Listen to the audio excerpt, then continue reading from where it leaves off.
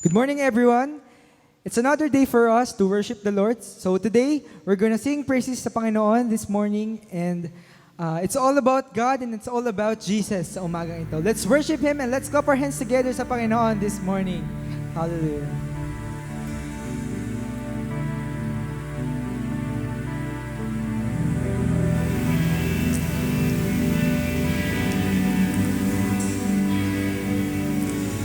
It's all about Jesus. It's all about the way He changed our lives. It's all about Jesus. The power of His blood can be denied. It's all about Jesus. It's all about the covenant He made. It's all about Jesus. Victorious He rose up from the grave. We lift our hearts to Him. He is the reason that we sing. Hallelujah. Hallelujah. Hallelujah. We praise your name. It's all about Jesus. It's all about the way He set us free. It's all about Jesus, bearing all our sins at Calvary. It's all about Jesus. It's all about the gift of love He gave. It's all about Jesus. The precious Lamb of God for us was slain. We lift our hearts to Him. He is the reason that we sing. Hallelujah. Hallelujah. Hallelujah. We praise your name. Hallelujah. Hallelujah. Hallelujah. We praise your name. We lift our hearts to Him. He is the reason that we sing. Let's sing together. We lift our hearts to Him. He is the reason that we sing. Hallelujah. Hallelujah. Hallelujah. We praise your name. Hallelujah. Hallelujah. Hallelujah. We praise your name.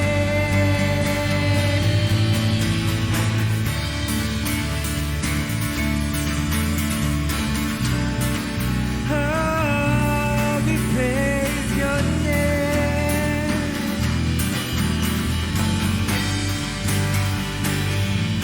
We praise your name. Hallelujah. Let's all clap our hands together sa Panginoon this morning.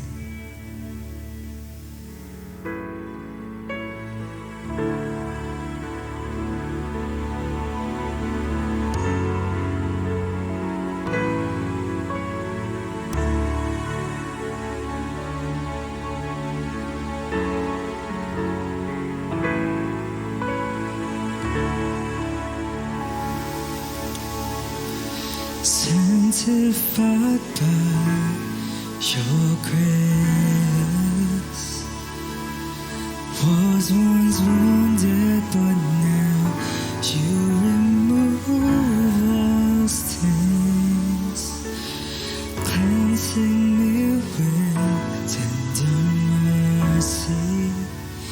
I will abide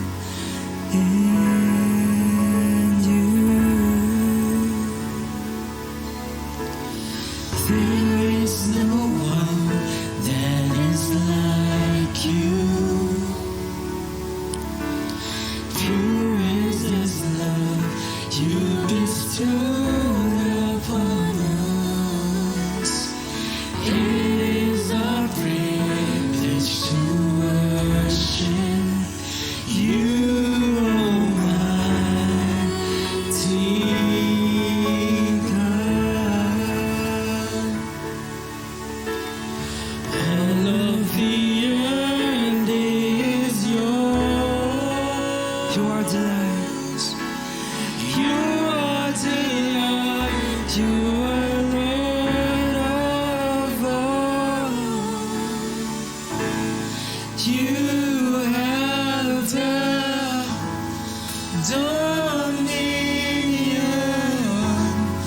over all the earth.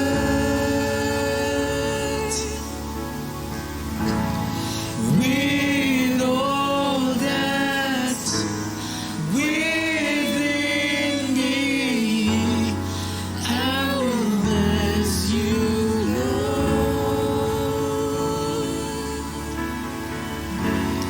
I will bless you,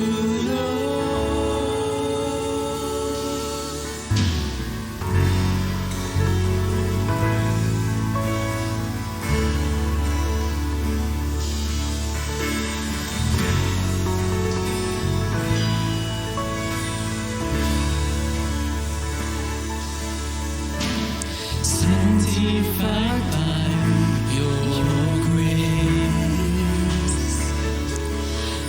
Was wounded, but now you remove all stains, cleansing me with tender mercy. I will abide in you. There is no one that is like you. Pure as is love you bestowed upon us. It is a privilege to worship you, Almighty God. All of the earth is yours. You are the Alpha and Omega. All of the earth is yours. You are the light. You are Lord of all.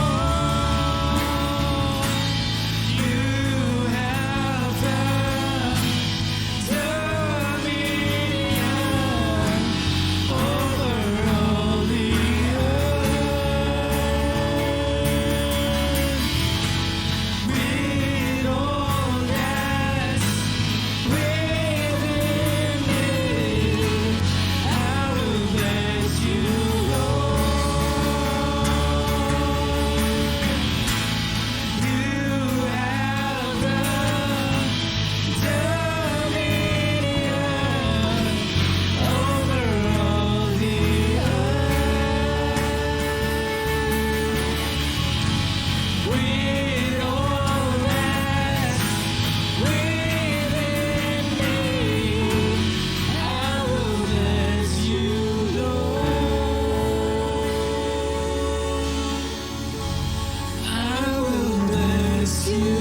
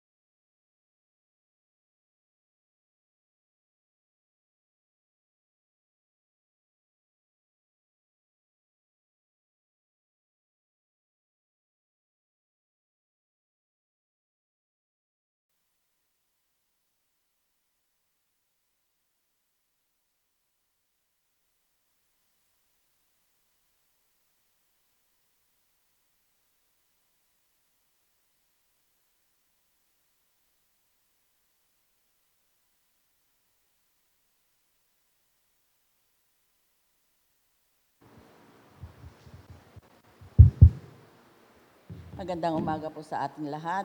Bago po tayo magsimula ng ating pananambahan, pwede pong i-request na i-off po natin, i-silent po natin ang ating mga cellphone para sa ating maayos na pananambahan. Tayo po lahat ay tumayo. Pagkat ang Panginoong Yahweh, pag-asa at sanggalang, kami pinagpapala mo sa pag-ibig mo at dangal. Hindi siya nagkakait ng mabuting mga bagay sa sinumang ang gawain ay matuwid at marangal. O Yahweh, ang Diyos na makapangyarihan sa lahat, ang magtiwala sa iyo ay masasabing mapalad. Tayo po ay manalangin. Dakilang Ama, aming Diyos na makapangyarihan sa lahat, ikaw na may lalang ng langit at lupa, nagpapasalamat kami sa umagang ito sa patuloy mong paggabay at pag-ingat sa bawat isa sa amin. Salamat sa linggong nagdaan na patuloy mo kaming iniingatan, patuloy mong ibinubuhos ang iyong mga pagpapala. Aming Diyos, patawarin mo kami sa aming mga kasalanan, sa aming mga pagkukulang. At nawa, Panginoon, ikaw ang siyang manguna sa aming pananambahan sa umagang ito. Ipagkaloob mo ang iyong banal na espiritu sa aming mensahero kay Pastor Teddy sa umagang ito upang ang inyong mensahe ay aming maipamuhay sa aming pang-araw-araw na buhay. Nawa, Panginoon, ikaw ang magbukas ng aming puso't isipan. Linisin mo po ang aming puso. Alisin ang aming mga sakit. Alisin mo po ang aming mga hinanakit, ang aming mga kabigatan ng aming mga loob. O Diyos, sa iyo namin ipinagkakatiwala ang umagang ito. Ikaw ang siyang manguna. Salamat din, Panginoon, sa patuloy mong pag-iingat at mga biyaya na mga pagpapala na patuloy mong ibinubuho sa bawat isa sa amin. Ito ang aming samot dalangin sa tanging pangalan ng aming Panginoong Jesus. Amen.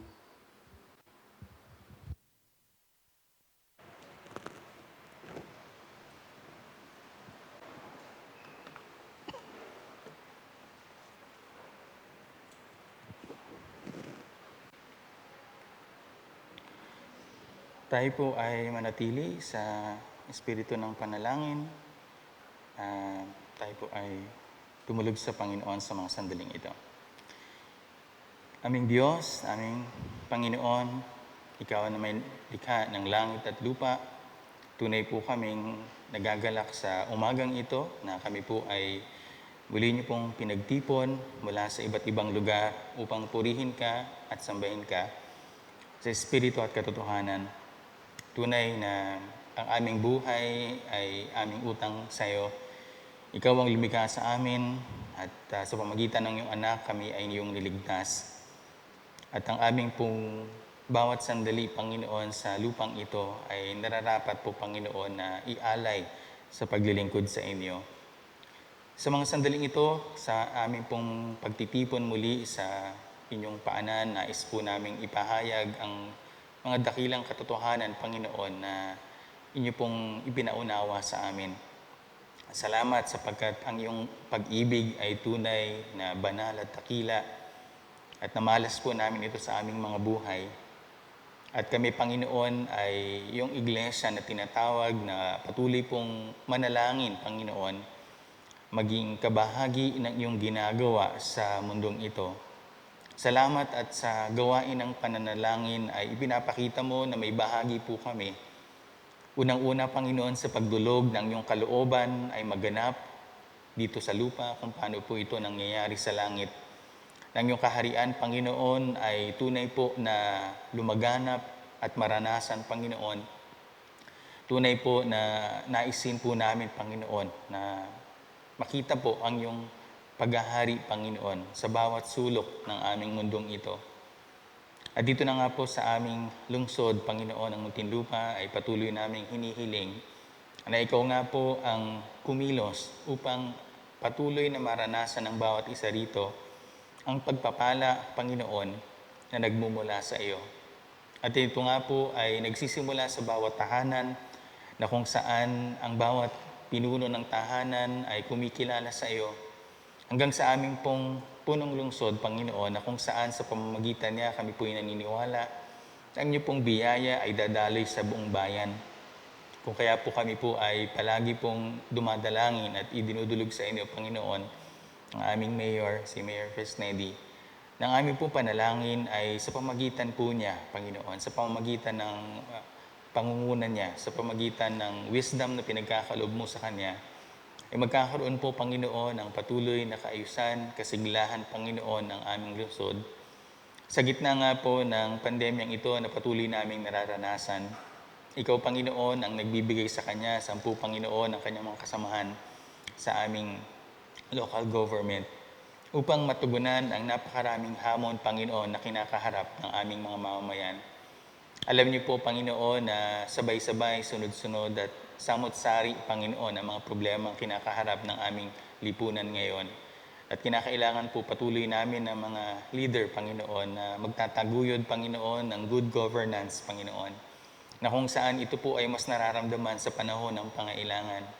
And so we pray for him, we pray for all of our leaders, Lord, for our congressman, for our vice mayor, for all of our councilors, even for our barangay captains, Panginoon, at ang kanilang mga kagawad. Lahat po sila, Panginoon, na bumubuo, Panginoon, sa aming local government. We ask, Lord, na patuloy niyo po silang gabayan. Patuloy niyo pong ibigay yung pagmamahal sa iyo at pagmamahal sa bayan, nang ito ay patuloy na mag-udyok, Panginoon, sa isang paglilingkod at serbisyo, Panginoon, na tunay pong nakakabenepisyo sa nakakarami.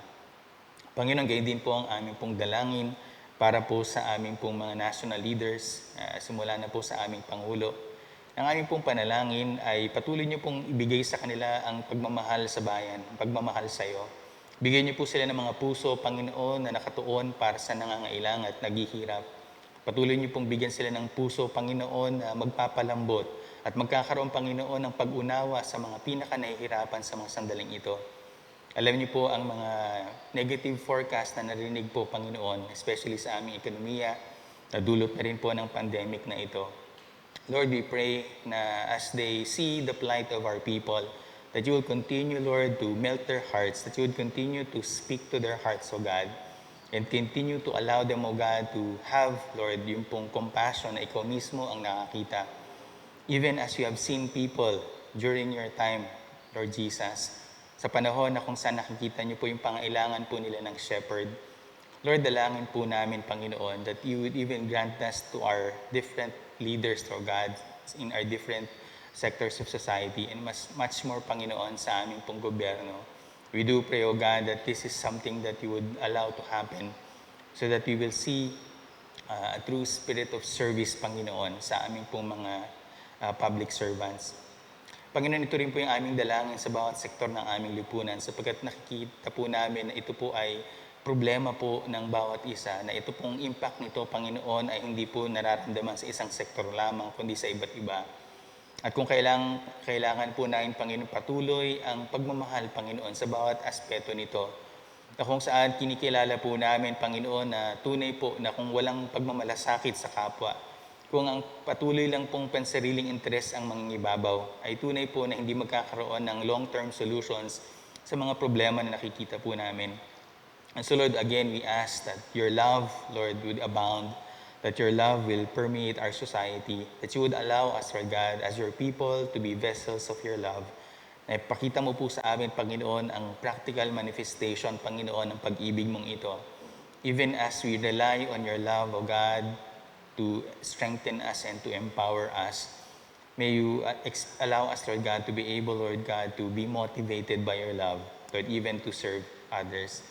Muli, Panginoon, salamat po sa umagang ito, na kung saan kami po ay tinatawag nyo na muli po na magkaisa sa pagpapahayag, Panginoon, ng iyong karangalan, ng iyong kapangyarihan, ng iyong kadakilaan sa aming mga buhay.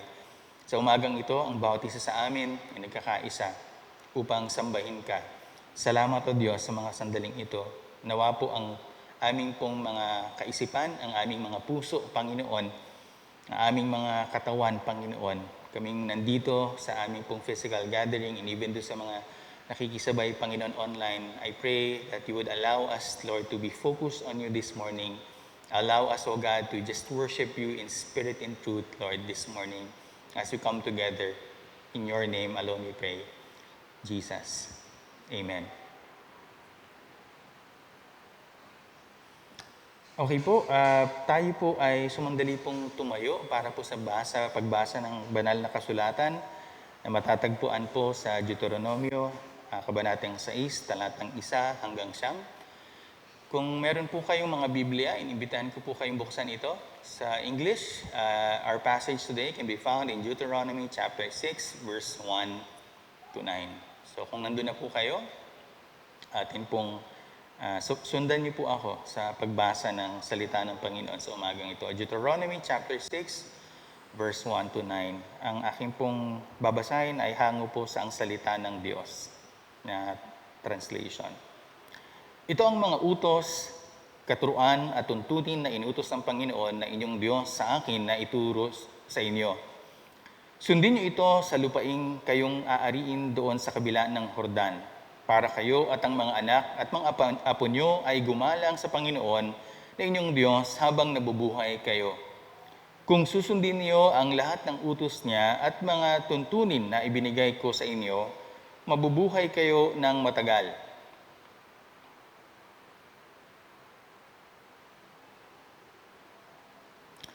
Makinig kayo, o mamamayan ng Israel, at sundin ninyo ang kanyang mga utos para maging mabuti ang inyong kalagayan at upang lalo pa kayong dumami sa maganda at masaganang lupain.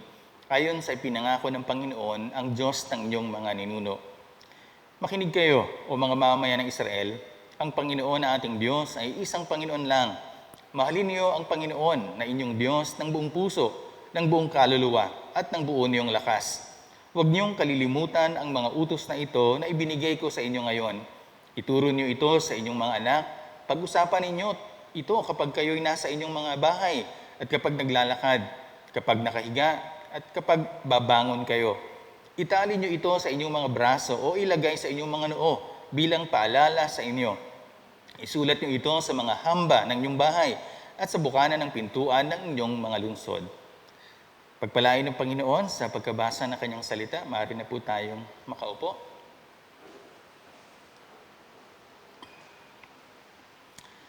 Ayan po, so magandang umaga po sa ating lahat. At alam ko po, again, hindi pa rin tayo sanay na masyado nagsasalita. At yung iba sa atin, hirap pang huminga. Mahirap pong maglakad ng mabilis ng may face shield at face mask, no? Mas madali pong hapuin kasi parang ang hirap huminga. Naranasan niyo po ba na naglalakad kayo ng mabilis? Kasi kadalasan po kung maglakad ako mabilis lalo na pag nasa mall ako. Pag naglalakad ng mabilis, tapos pagpupunta na ako ng sasakyan, pag upo ko doon, halos wala na akong hinanga, kailangan ko nang tanggalin yung mask. Kasi talagang iba pala yung pakiramdam nun. And so, naintindihan ko po kung medyo hirap po kayong kumilos at magsalita sa umagang ito. But, double check ko lang po itong aking fan kung bukas. Ayan, bukas na siya. Ayan, bago tayo magtuloy sa ating mensahe, may tanong po ako sa inyo. Para sa mga lalaki dito, alalahanin niyo paano kayo mga single pa, dun sa mga may asawa na ngayon. Nakaranas na ba kayo na nasumubok kayo na manligaw sa isang babaeng medyo mataray? Okay? Or sa mga kababaihan dito, naranasan nyo na ba na may nanliligaw sa inyo o may sumubok manligaw sa inyo na hindi nyo talaga gusto?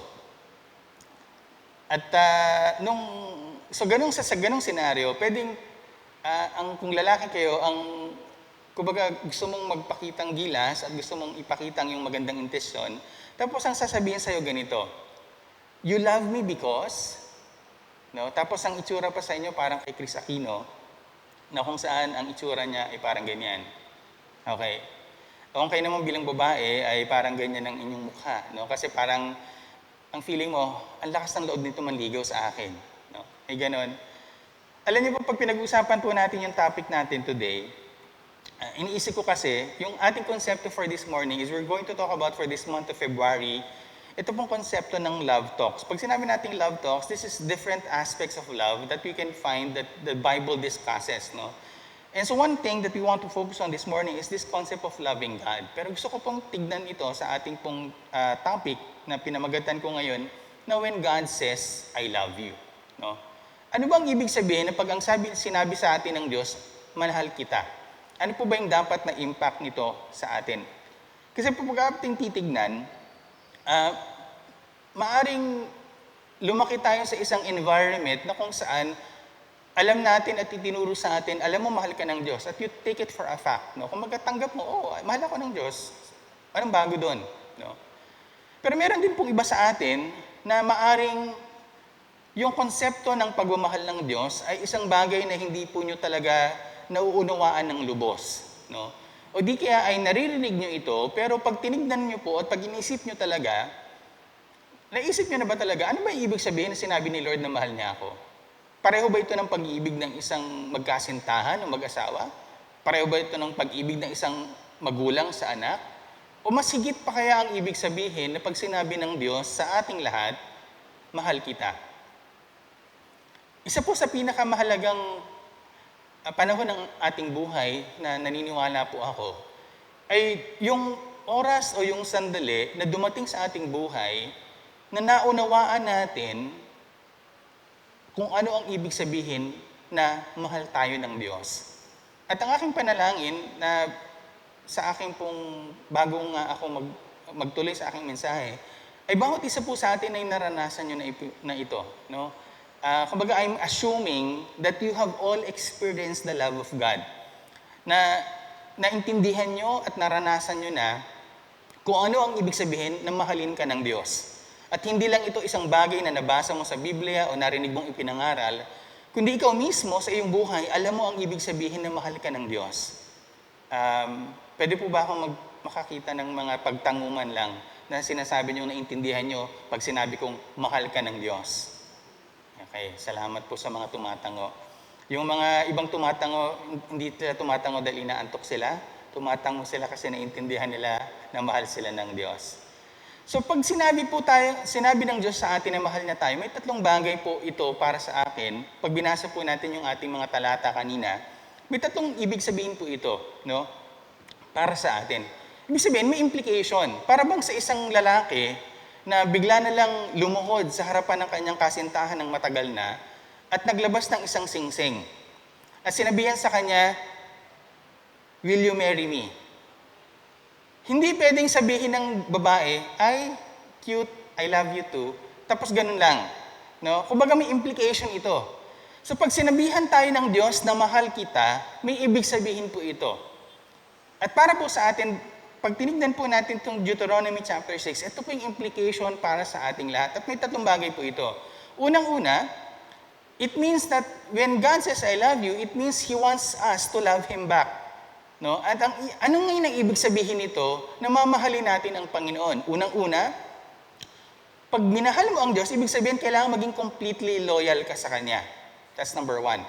Number 2, it means you will be in a covenant with Him. Magkakaroon ng covenant ka kasama niya o isang tipan. At panghuli, it means to be in community with Him. Now, let me unpack what I mean by these three things. Unang-una, what does it mean for us to be completely loyal to God? No? And why does God demand complete loyalty? Bakit ba kailangan ni Lord na maging completely loyal ako sa Kanya? At nakalagay ba talaga yun doon? Now, basahin po natin yung Deuteronomy 6 verse 14 to 15. Sabi doon, "Huwag kayong susunod sa ibang mga Diyos, ang mga Diyos ng mga mamamayan sa inyong paligid. Dahil ang Panginoon na inyong Diyos na kasama nyo ay ayaw na may sinasamba kayong iba. Kung sasamba kayo sa ibang Diyos, ipadarama ng Panginoon ang kanyang galit sa inyo at lilipunin niya kayo sa mundo." Matindi, no? Matindi po itong Deuteronomy 6 verse 14 to 15. Nararamdaman niyo po ba yung saloobin ng Panginoon nung binabasa niyo po ito, nung sinasabi niya ito? No? Pansinin niyo po nyo, no? Kung sasamba ka sa ibang Diyos, ipapadarama ng Panginoon ang kanyang galit sa inyo at lilipulin kayo sa mundo. No? Matindi po yun, ating titignan. Now, ano ba implication nito? Ito, kung hindi nyo pa na-gets, ito yung sinasabi dito. Sabi sa magandang balita Biblia sa Exodus 34:14, "Huwag kayong sasamba sa ibang Diyos sapagat akong si Yahweh ay panibuging Diyos." Hindi ako sabihin yung salitang yon. Basahin na natin sa English. "For you shall worship no other God, for the Lord whose name is jealous is a jealous God." Now, how many of you, when you think of God, you think of a jealous God? Ilan po sa atin, ganun ang konsepto ng Diyos? Alam mo, ang Diyos seloso. No? Ilan sa atin ang tinitignan natin si Lord, alam mo si Lord, mahal na mahal niya ako, napakasiloso niya.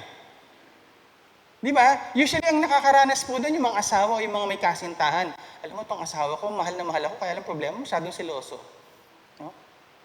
Huwag niyo na itaas kung ang pakiramdam niyo yan. Pero ganun po yung ganun po yung isa sa mga litrato na ipinapakita ng Diyos sa kanyang sarili sa mga talatang ito. Now, magtataka kayo. Talaga, ang Diyos seloso, parang hindi ko yata ma-imagine.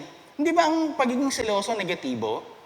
Sino dito, sa mga asawa dito, ayaw nyo na seloso yung asawa ninyo, yung kasintahan nyo? No? Again, huwag nyo na itaas ang kamay, baka mag-away pa kayo. Sabi po sa dictionary.com, yung negative connotation ng jealousy ay ganito. Human jealousy is described as a feeling of resentment against someone because of that person's rivalry, success, or advantages. It is characterized by or proceeds from suspicious fears or envious resentment. So negative, no? Kaya ka nagsiselos kasi meron kang suspicion, no? May pagkatakot ka. Or yun nga no? Meron kang sama ng loob kaya ka nakakaranas ng selos. Obviously, sa atin, iniisip natin, parang hindi ito itama. So hindi ito yung klase ng jealousy na meron ang Lord. So ano po yung jealousy na sasabihin natin positive? Kung hindi yun yung jealousy ng Panginoon. Sabi dito, His jealousy is the kind that zealously protects a love relationship and which avenges it when it is broken. So yun po yung pinakamahalagang part doon. Ang positive aspect ng jealousy ay kung saan may pagseselos kasi gusto mong protektahan yung relasyon. Dahil mahalaga sa yung relasyon, gusto mong manatili yung relasyon, at dahil naman sa totoong nagmamahalan kayo, yun dapat yung implication. So kumbaga, ang kaisipan ay ganito. Kung talagang mahal mo yung tao, hindi mo siya gustong, hindi ko alam paano ito sasabihin na baka iba may ma-offend pa rin. No? Kumbaga, kung mahal mo isang tao, hindi mo gusto na sinishare sa iba. Nakuha niyo yun? O normal na bang may kasalo at kabahagi? No? So, ang kaisipan dito ay ang tamang pagkaselos ay yung pagkaselos kasi gusto mong protektahan yung relasyon na meron kayo. At ang isa pang positibong pwede mangyari nito, may gagawin ka pag ito ay nagkaroon ng lamat o ng problema. So, ito po yung sinasabi nga, pag ang isang lalaki o isang babae, no, naghahanap ng atensyon sa asawa niya, dahil itong asawa niya ay yung atensyon ay nababaling sa iba, karapat-dapat ba magselos yung lalaki o yung babae? Tama po, di ba? Yung dito, tama naman, oo nga naman. Di ba? Kasi kung yung asawa mo, mas tingin na sa ibang lalaki o babae kaysa sa iyo, at iniisip mo, teka lang, may problema yata tayo dito. Di po ba? So, ganun po yung kaisipan dito. Now, tama ba yun? Again, babalikan natin, no? Kasi, ang usapan dito ay, kayo nag-uusap, nagmamahalan, at ang expectation ay, this is going to be an exclusive relationship. No? Yun po yung expectation. So, another definition of jealousy is this. The jealousy of God is His holy commitment to His honor, glory, and love that manifests itself in the salvation of His people. So, sa pag-trinansin po natin yung konsepto ng jealousy ng Lord na hindi lang tungkol sa relationship ng dalawa, God is also jealous because for Him, no, yung pagsamba sa Kanya, ito ay nararapat lang kasi siya lang naman dapat yung sambahin. At yung usapan natin sa ating relasyon sa Kanya ay, teka lang, ba't ka pa tumitingin sa iba? Wala namang hihigit na sa akin. No? Ganun yung sinasabi niya dito. Sabi nga ni J.I. Packer, it is His holiness reacting to evil in a way that is morally right and precious. So when God is jealous, pinapakita niya lang yung holiness niya sa atin dito. No? So, let me unpack this. What does it mean to be completely loyal to God? There's two different ways that we can understand this. Number one, it means when we love the Lord, no, with all our heart, mind, and soul, and strength, ang ibig sabihin nito, in one way we can understand is meaning every part. Ibig sabihin, bawat bahagi ng ating buhay. When Jesus quoted this, no, when he was discussing the greatest commandment sa isang lalaki, sa Luke 10:27, sabi ng lalaki, nung tinanong siya ng Lord, ano ba yung pinakamahalagang utos? Ibigin mo ang Panginoon mong Diyos, ang buong puso mo, buong kaluluwa mo, buong lakas mo, at buong pag-iisip mo. Okay? Yan yung paliwanag. Now, pag binasa po natin itong great commandment na ito, we can have a tendency na isa-isahin. So what does it mean to love God with all our heart? What does it mean to love God with our strength, with our soul? No? Pwede natin isa-isahin yun. And there's a valid reason for doing that. Actually, naisip ko nga, nung pinag-uusapan namin yung konsepto ng pagsimba, pasensya na, isisingit ko lang, no? Kasi medyo matinding usapin ito sa ating mga church leaders.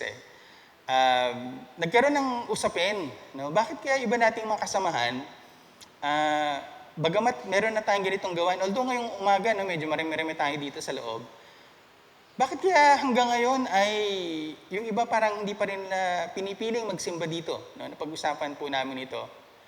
At dumadaan nga yun sa punto minsan siguro na dahil siguro sa nakaraang mga linggo at buwan, no, na kung saan wala tayong pagtitipon, pag pinag-usapan po natin yung loving God, especially pag ang translation ng loving God ay yung pagsimba, at dahil nabago na yung konsepto natin ng pagsimba, na ang pagsimba ay manunood ka na lang ng isang palabas sa internet, parang ganun na lang yung naging conception ng iba, na dahil ang worship service naman natin ay online at pwede mo siyang panuorin kahit anong oras, nawawala na yung sacredness ng oras na ito. Kasi dati, imagine niyo to, dati, alam mo na, halimbawa, kung nagsisimba kayo ng 8 o'clock, katulad dito, maaring 6 o'clock pa lang, 5 o'clock pa lang, nagre-ready na kayo. Hinahanda nyo na yung sarili nyo, physically, no?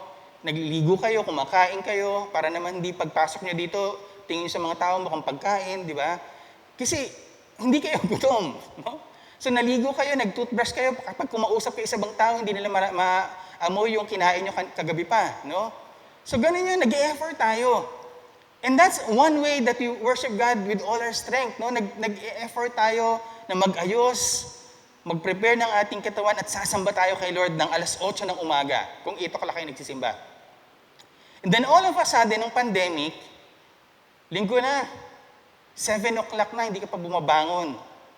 Uy, may simba nga pala mamaya, 8 o'clock. Tapos ngayon, naisip mo, okay lang yan, online naman yan. Kahit bumangon na ako, mga 7:30, 7:45, pasok pa rin yan. And so, gigising ka, babangon ka, 7:45 na-check mo yung cellphone mo, nag-check ka ng FB. Maya-maya nakita mo, uy, mag-8 o'clock na, hindi pa ako nag-aalmusal. Sabi mo, Lord, doon na lang ako sa 10:30. Ayan, so nalipat na ngayon, 10:30 na ngayon. And then pagdating na ng, nag-ayos ka ng bahay, kung ano-anong ginawa mo, nakalimutan mo, may sinampay ka pa, may kailangan niyang plantsahin, may kailangan ayusin sa sasakyan. Ang dami nang nangyari. Pagdating na magte-10:30 na, hindi ka pa pala naliligo, so naligo ka na. By the time na naligo ka na, tapos na yung praise and worship, yung mensahe kalahati na lang. At sinabi mo, Lord, sorry, mamayang hapon, uulitin ko na lang yung replay. Ano po nangyari? No? Ano po nangyari? Yung dating pagsamba natin, pagmamahal natin kay Lord, na ang focus natin ay ihahanda ko, ipe-prepare ko yung sarili ko, naging optional na lang. Nawala na yung sacredness ng moment. Nawala na yung sense na, Lord, my worship for you, my expression of love for you, is I will prepare myself to worship you this morning. And of course, pwede pa rin po natin itong gawin even when we are online. Pero ito po yung challenge. Mas malaki po yung temptation na magpaliban, na gumawa ng excuse. Whereas pag nandito kayo, of course, hindi pa rin halata ngayon kung hindi kayo nag-toothbrush kasi may mga face mask kayong lahat. Pero at least yung effort nyo nang pumunta rito, yung iba, walang sasakyan, gumawa ng paraan para magsimba. Alam nyo, nung nag-survey po tayo, nalaman po natin na iba sa atin dito ay hindi nakakapag-attend physically dahil nga po wala po mga sasakyan. So we understand, may mga valid reasons naman po. Pero ang sinasabi natin dito, ito po yung mga aspects ng buhay natin na pinag-iisipan natin. Lord, oo nga kung mahal kita at ang isang expression ng pagmamahal ko sa iyo yung pagsimba o pagsamba ko sa iyo, bakit minsan nawawala po ito? Pero there's a deeper meaning when we say we love God with all your heart, soul, and strength. At yun po yung kaisipan na yung pagsamba dapat natin ay buo o kumpleto. At ito po ay kaugnay dun sa konsepto ng loyalty kay Lord. Kasi pwedeng ganito, and this is what we have done many, many times in our lives. Maaring dati nga, ang pagsimba natin talaga nakafocus tayo doon. We use our Sunday best, we dress up, we prepare ourselves on Sunday. Pero pagdating ng Monday to Saturday, kinakalimutan na natin si Lord. So ano po yung implication nun? Na Lord, I'm loyal to you on Monday, pero the rest of the week, hindi na ako loyal sa'yo. No? Parang may mga ibang tao, umuwi lang sa bahay ng Lunes, hanggang Miyerkules, sa weekend, ibang bahay na umuwi. No? Ano pong implication po nun? Wala pong loyalty doon. So ano po yung implication nito para sa atin? Ang implication para sa atin, pag sinabi nating mamahalin ko si Lord, ang expectation ni Lord, completely loyal tayo sa Kanya. No? Hindi tayo lumilingon sa ibang Diyos na pwede nating sambahin, na makapagbibigay ng gusto natin at magbibigay ng kasiyahan sa ating mga buhay. So that's number 1. Number 2, so to love God means to be completely loyal to Him. But another thing is to be in covenant with Him. Ito medyo mas malalim po ito and hindi ko po kayang ipaliwanag ng gusto sa umagang ito. But let me just say a few things about what it means to be in covenant with God. Now, what does it mean to be in covenant relationship with God? Tatlong bagay about covenant. Number 1, a covenant is an agreement between two parties. No? Sabi nga sa Exodus 6:7, ituturing ko kayo, mga mamamayan ko, at ako'y magiging Diyos. So ano yung covenant? Ano po yung transaction na nangyayari dito? Sabi ni Lord, ako ay magiging Diyos nyo. Okay? Kayo naman, magiging mamamayan ko. You will be my people. That is the agreement. Maliwanag na usapan ba yon? Minsan yung mga usapan natin hindi maliwanag eh, no? Para nag-usap tayo, di ba? O, okay na. Mamaya pagdating ng event, ba't hindi mo dinala to? Di ba akala ko nag-usap na tayo? Di ba sinabi mo ganun? Minsan malabo yung usapan. Sa usapang ito, niliwanag ni Lord, uulitin ko. Kaya pa ulit-ulit si Lord eh. Uulitin ko. Mula araw na ito, ako na yung Diyos nyo. Alam ko nasanay kayo, may iba-iba kayong Diyos na sinasamba. Mula sa araw na ito, ako na lang ang Diyos nyo. No? At wala nang iba. At ngayon, kayo na yung mamamayan ko. Now, hindi lang ito kontrata. No? It's also a promise. No? Sino po dito naaalala nyo pa nung kayo'y kinasal at gumawa kayo ng pangako sa inyong nakaisang dibdib? Naalala nyo po ba yung pinangako nyo? Gumawa ba kayo ng mga special vows? Actually, ito yung isa mga natutuwa ako pag nakaka-witness ako ng kasal. Pag may mga special written vows na kung saan ay talagang ine-express ng lalaki o ng babae yung kanyang damdamin. Kasi ito po yung, kumbaga, nagbibitawan kayo ng pangako sa isa't isa. So a covenant, in one sense, is actually a promise. No? Pangako po siya. Sabi nga ng Panginoon sa Exodus 29:45, ako'y makakasama nila at ako ang magiging Diyos nila. That is the promise of God. Now that I have chosen to be in covenant with you, it means I am promising that I will always be with you. Palagi akong magiging kasama nyo. Yun yung ibig sabihin na nagkaroon ng covenant si Lord sa atin. So ang isang key idea dito is God binds Himself by His own oath to keep His promise. Ito po yung matindi kay Lord. Si Lord, pag nangako, sigurado niyang tutuparin. Kahit na hindi na tayo tumutupad, pag may pinangako siya, itinutuloy niya pa rin yun. Kasi ganun po siya mangako. But at the same time, okay, hindi lang puro positive. Meron din itong responsibility. No? Hindi lang puro saya. May responsibilidad. To be in covenant means there are commands and consequences. Meaning, pag binasa natin yung Deuteronomy 4:13, makikita natin doon, for example, yung 10 utos. Bakit may 10 utos? Kasi ito yung expectation. No? Kumbaga sa bahay, hindi ko alam kung ginagawa nyo ito. Okay, hindi porket ang mamahalan tayo, ang expectation ay bahala na. No? May expectation pa rin. Kasi for example, ang usapan nyo sa bahay, anak, ikaw yung magluluto, tapos ako yung maglilinis ng pinggan at pinaglutuan pagkatapos. Di ba? What if, pumunta ka sa bahay, umuwi ka, pagod na pagod ka, ang expectation mo kakain ka para may energy ka pa para maghugas. And then pag nakita mo, walang niluto. Kahit na sobrang mahal mo yung taong yon, siguro at that point, ang mangingibabaw hindi pagmamahal, kundi yung gutom. Naintindihan niyo po ba yun? Kasi may expectation eh. Hindi porket may maganda kayong relationship, wala nang expectations, rules, and regulations, and even consequences. So ano po yung consequences? So kung may utos, may 10 utos si Lord, okay, ganito yung relationship natin ha, ito yung mga guidelines kung paano tayo magiging maayos ang ating sitwasyon. And then sabi niya pa rin sa Deuteronomy 6:6, huwag niyong kalilimutan ang mga utos na ito. So paulit-ulit, no? Kasi nga, alam niya ilang beses na makakalimot na ito ngayon yung consequences. Pag binasa natin yung Deuteronomy 28, verse 1 to 14, makikita doon natin ang ganda-ganda ng pangako ni Lord. Sabi ni Lord, pag kayo na maging matapat sa akin, ito yung mga blessings na tatanggapin nyo. Sino gusto ng blessings ni Lord? Di ba? Amen. Di ba? Pero sabi ni Lord, ang dami-dami niyang blessing. Pero pag tinignan niyo yung Deuteronomy 28, mas maraming sumpa pag hindi ka sumunod. Okay? Ang sabi dito ganito, subalit kung hindi kayo makikinig kay Yahweh na inyong Diyos at hindi susunod sa kanyang mga utos at mga tuntuning ibinigay ko sa inyo ngayon, mangyayari sa inyo ang mga sumpang ito, tapos napakaraming sumpa ang sumunod. Kumbaga kung ito yung mga blessing sa pagsunod, ito yung gano'ng karami yung blessing ng sumpa sa hindi pagsunod. Ganun po, no? Pag binasa natin yung Deuteronomy 28, bakit? Kasi pinapakita niya ni Lord na seryoso siya dun sa ganitong klaseng kasunduan. Of course, sa ngayon, no, medyo iba na yung pakikitungo niya sa atin in a way, no, pag tinignan po natin. But at that time, no, that was the implication of being in a covenant with the Lord. And so, sa atin siguro, pwede natin isipin, sa ating buhay ngayon, no, pag pinag-usapan natin yung relasyon kay Lord, of course, alam naman natin na mas nararamdaman natin yung grace ni Lord, di ba? Tama ba? Na alam natin na may kasunduan tayo kay Lord, pumapalpak tayo, pumapalya tayo, hindi natin nagagawa yung dapat natin gawin. Pero yung blessing pa rin ni Lord, patuloy na dumarating. And so we are very thankful for that.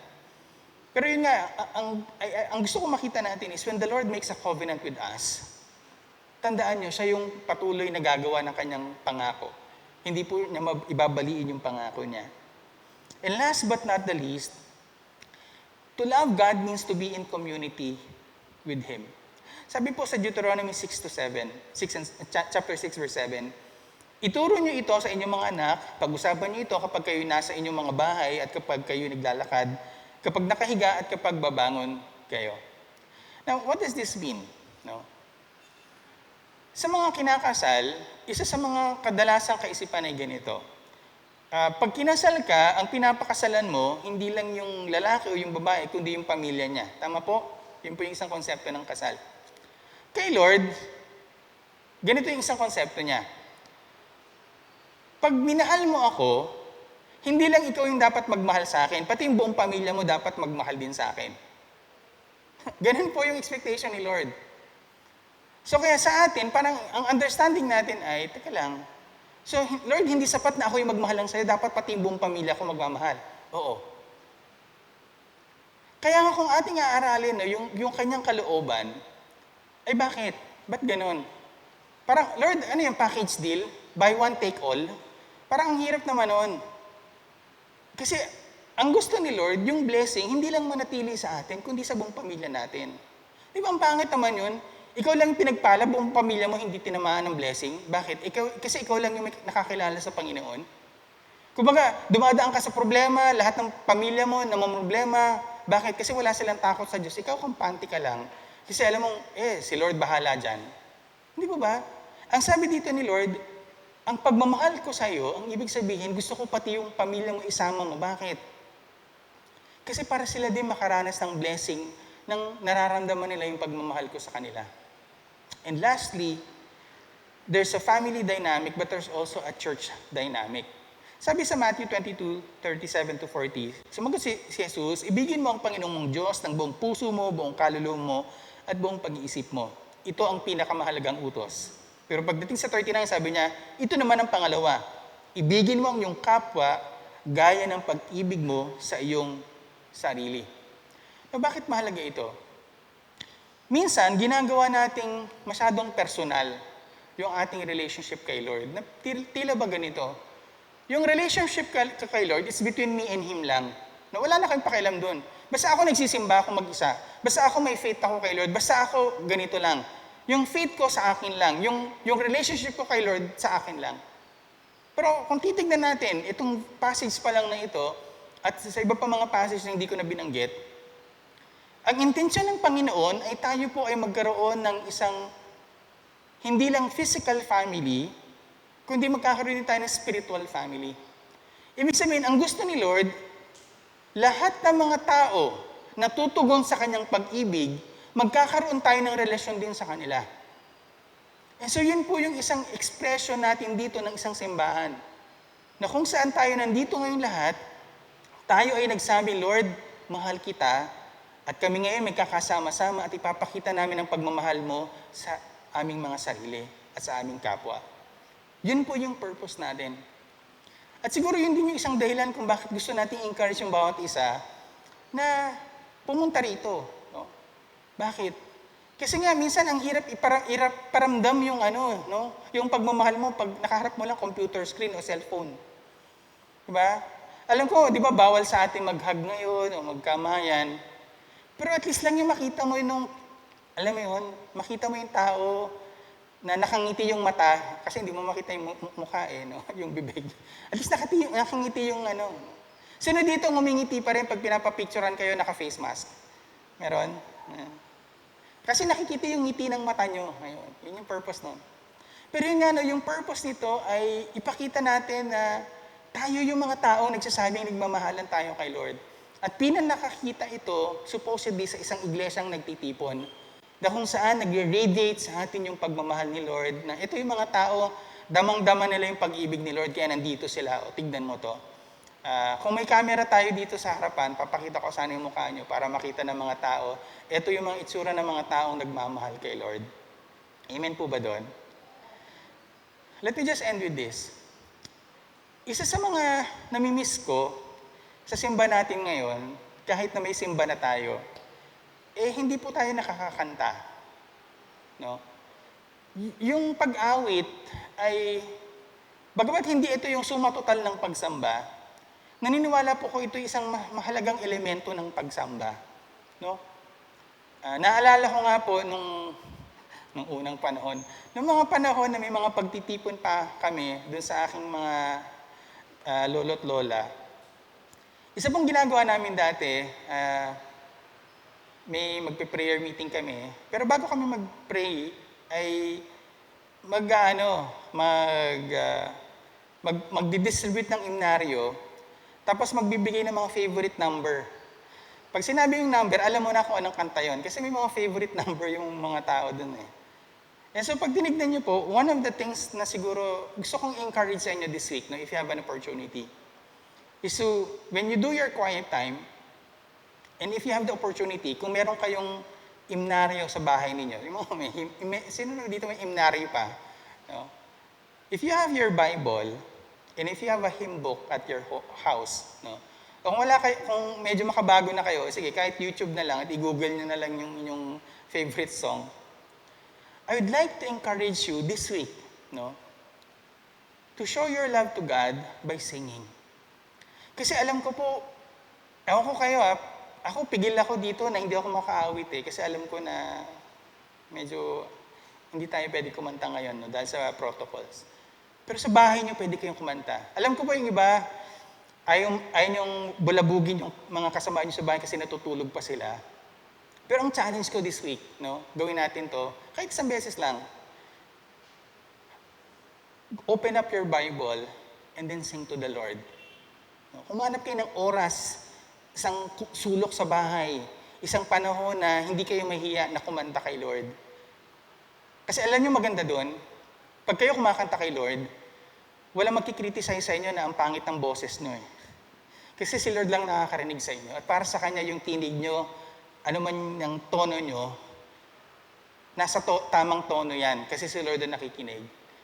Naniniwala ko si Lord yung pinakamagaling na musical arranger. Kahit na yung isang tao na walang katono-tono at tone deaf, pag umawit kay Lord, parang opera singer. Kasi nagagawa ni Lord na pagandahin yung boses niya. Ganun ang iniisip ko kay Lord. So, before I end, I'd just like to just give us this opportunity to think about this week that is coming. Let's express our love to the Lord in a practical way this week. And if you can, sing to the Lord. Sing to the Lord as you tell Him how much you love Him, as you tell Him how much you are thankful for the love that has given you. And as we celebrate yung communion natin this morning, I'd like to invite you to take this opportunity to once again remember the love of God that He expressed to His Son. Sa ating pong pag-alala po ng banal na puhunan at sa ating pakikipagbahagi dito, ito po yung isa sa mga mahalagang ginagawa natin. Isa sa mga pinakamahalagang elemento ng ating pagtitipon bilang isang iglesia ay yung mga pagtitipon natin para po sa pag-alala sa banal na hapunan. Kasi unang-unang inaalala po natin yung pagmahal ng Panginoon. Inaalala natin na yung kanyang pagmamahal ay hindi sentimental na pagmamahal na kung saan nagsabi lang siya ng I love you at hanggang doon na lang. Pinakita ng Panginoon ang kanyang pagmamahal sa atin sa pamamagitan ng kanyang kamatayon doon sa krus. Pinakita niya ito sa pamamagitan ng kanyang pagpapakahirap para sa atin upang ang ating mga kasalanan ay magkaroon ng kapatawaran. So sa mga sandaling ito, gusto ko pong imbitahan kayo muli sa ating pananatili lang po sa ating po mga upuan na magkaroon po tayo ng pag-alala sa ginawa ng Panginoong Hesus para sa ating lahat. Ito po ang salita ng Panginoon para sa atin. Ito ang aral na tinanggap ko sa Panginoon at binigay ko naman sa inyo. Ang Panginoong Hesus, nung gabing siya ay pinagkanulo, ay dumampot ng tinapay, nagpasalamat at pinagpira-piraso ito at sinabi, ito ang aking katawan na hinahandog para sa inyo. Gawin ninyo ito bilang pag-alala sa akin. Gayun din naman, matapos maghapunan, ay hinawakan niya ang saro at sinabi, ang sarong ito ang bagong tipan na pinagtitibay ng aking dugo. Tuwing iinumin niyo ito, gawin ninyo bilang pag-alala sa akin. Sapagkat tuwing kakain kayo ng tinapay na ito at inom sa sarong ito, ay pinapahayag ninyo ang kamatayan ng Panginoon hanggang sa muling pagparito niya. Ang sino mang kumakain ng tinapay at uminom sa sarong ng Panginoon ang hindi nararapat, ay nagkakasala sa katawan ng dugo at dugo ng Panginoon. Kaya dapat siyasatin ng taong kanyang sarili bago kumain ng tinapay at uminom sa saro.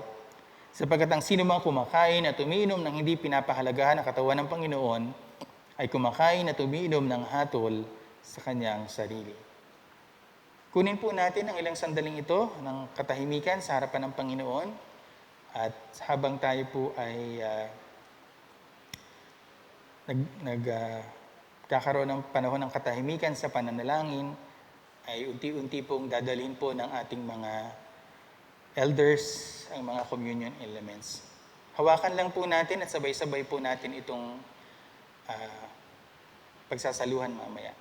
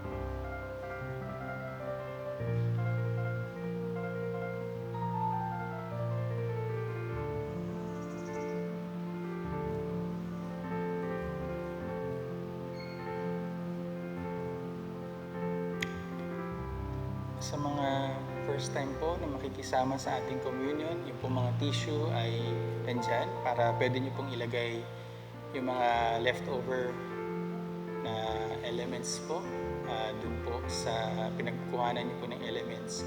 Pwede nyo na lang pong ibalot doon po pagkatapos nyo pong kunin po yung mga elemento.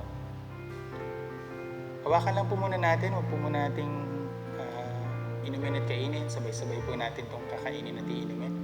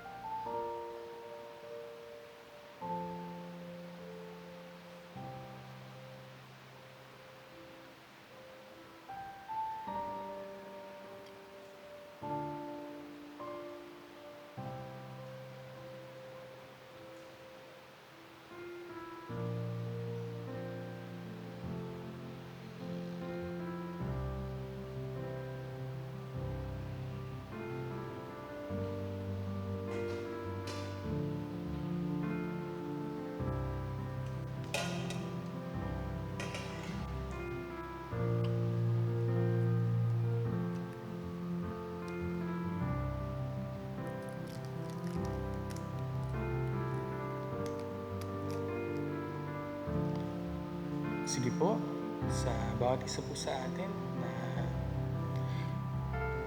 kunin po natin ang tinapay. Ito po ang nagsisimbolo sa katawan ng ating Panginoon. Ito ay kanyang ibinigay para sa atin. Patuloy nating kilalanin ang kanyang pagmamahal na pinamalas niya sa pamagbigay ng kanyang katawan para magdusa para sa ating mga kasalanan. Pasalamatan po natin ang Panginoon sa pamamagitan ng pagkain ng tinapay.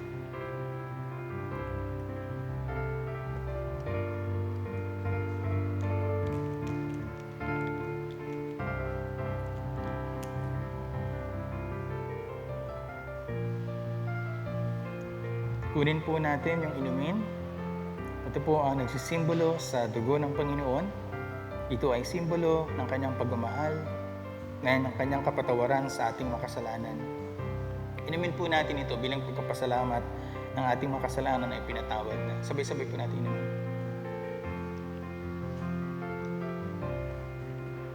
Tayo po ay manalangin sandali. Panginoon, salamat po sa pagkakataon na muli po naming alalahanin ang iyong pagmamahal sa amin sa pamagitan po ng pag-celebrate ng communion. Tunay po na napakahalaga na alalahanin namin ang iyong pagmamahal sa ganitong paraan. Na kinikilala namin, Lord, na ang iyong pagmamahal ay dakila at ang iyong pagmamahal ay nagpakita sa pamagitan, Panginoon, ng iyong pagsakripisyo doon sa krus. Nawa nga po ay patuloy namin pong mapahalagahan ang ginawa mo sa amin. At huwag po namin kalimutan kung gaano kadakila ang iyong pag-ibig. Purihin ka, O Diyos. Ito ay panalangin sa pangalan ni Jesus. Amen.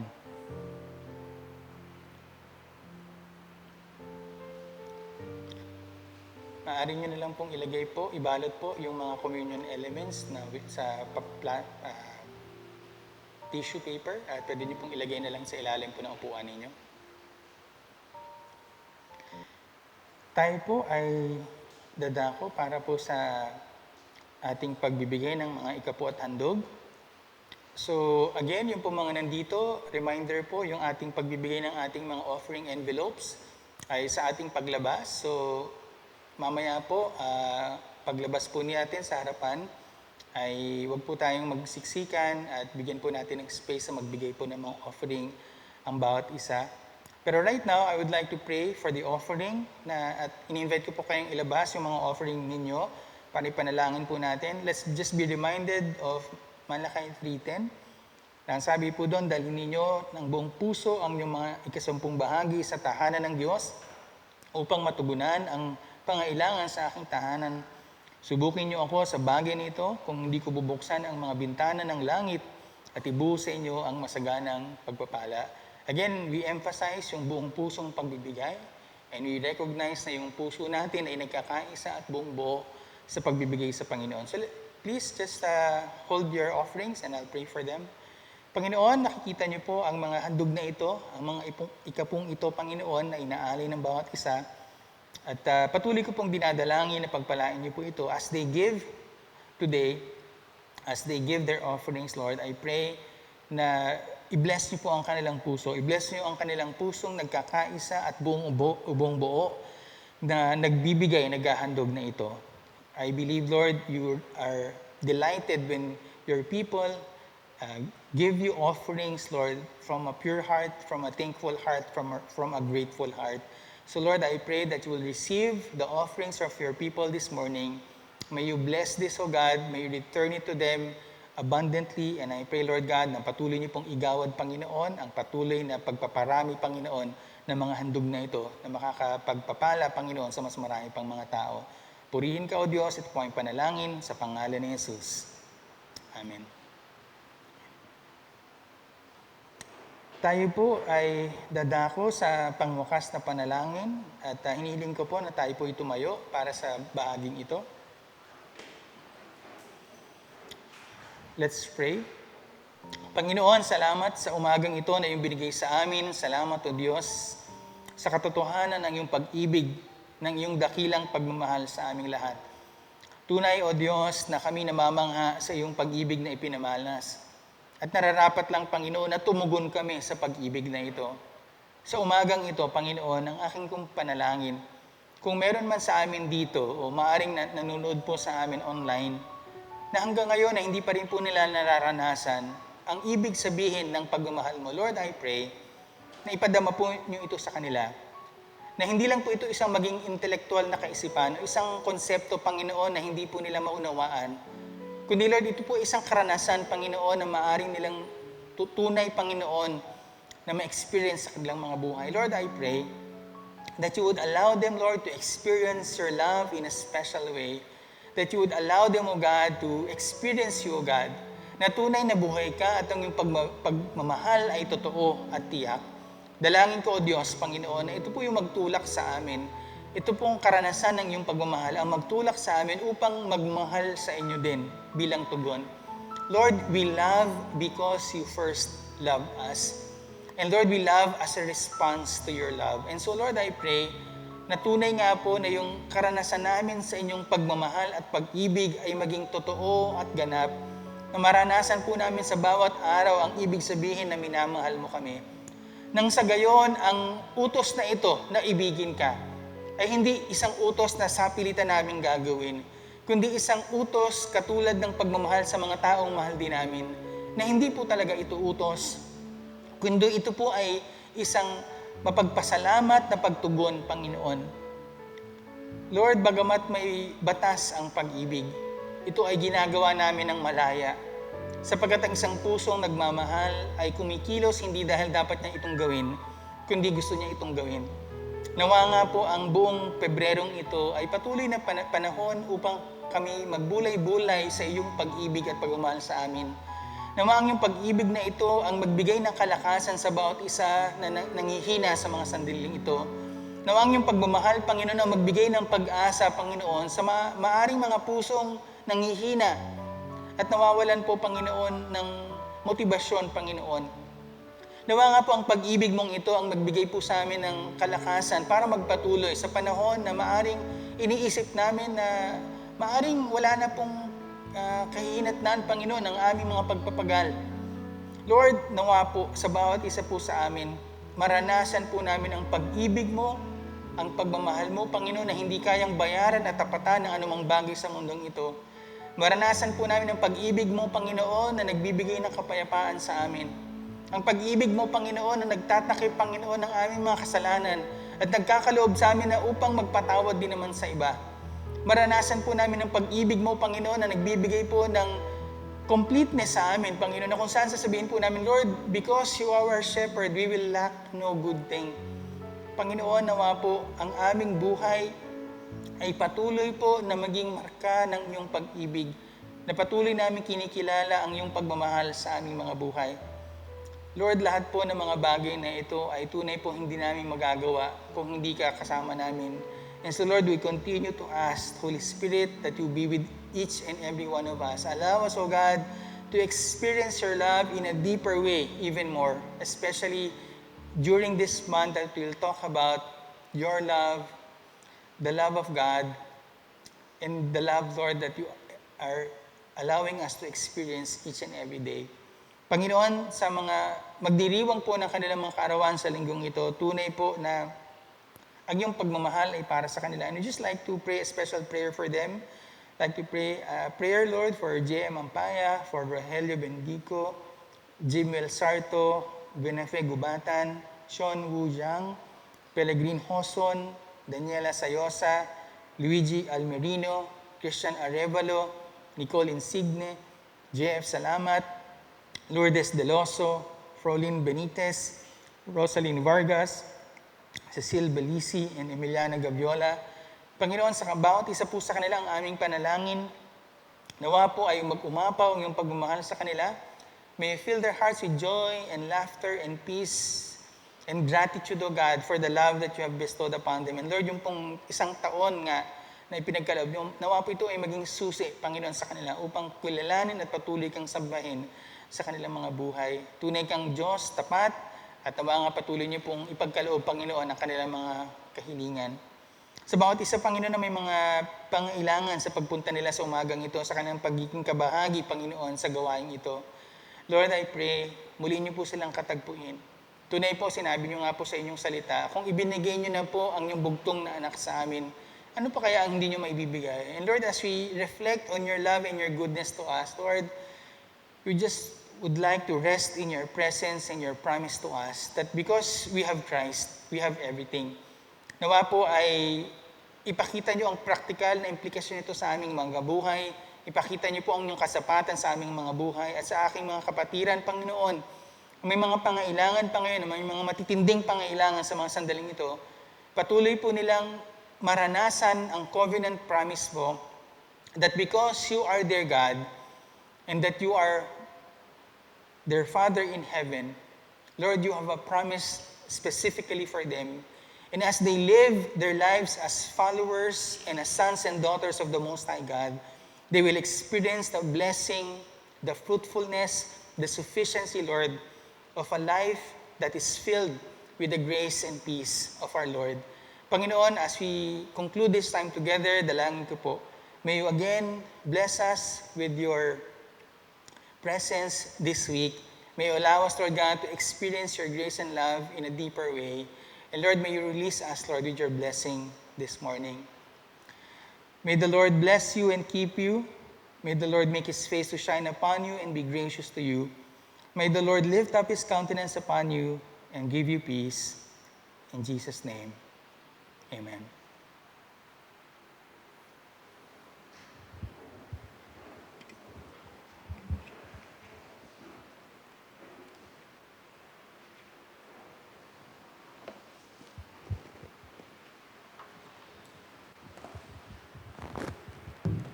Nasa pangalawang bahagi na po tayo ng ating pananambahan. Batiin po natin ang mga nagdiriwang ng kanilang kaarawan at anibersaryo ng kasal.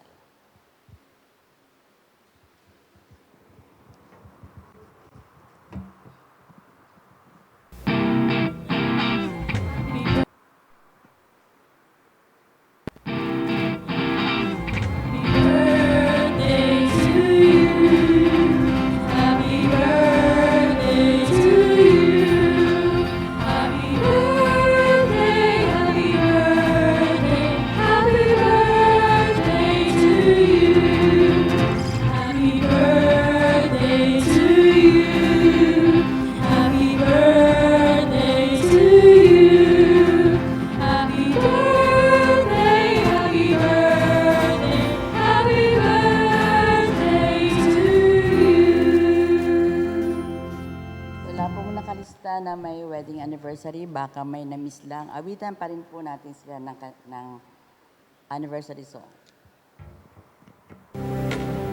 Happy anniversary sa inyo. Tunay na binig para kayo ng Diyos.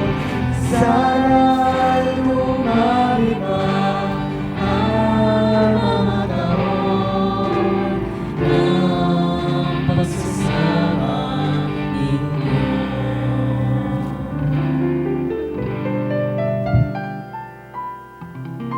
Dito po nagtatapos ang ating pananambahan. Magandang umaga po sa ating lahat at pagpalain po tayo ng ating Diyos.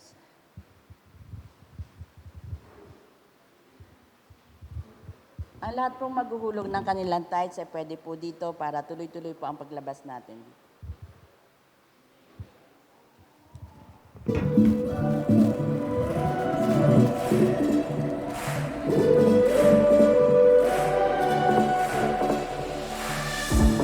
When night has fallen, when fear is coming, still your call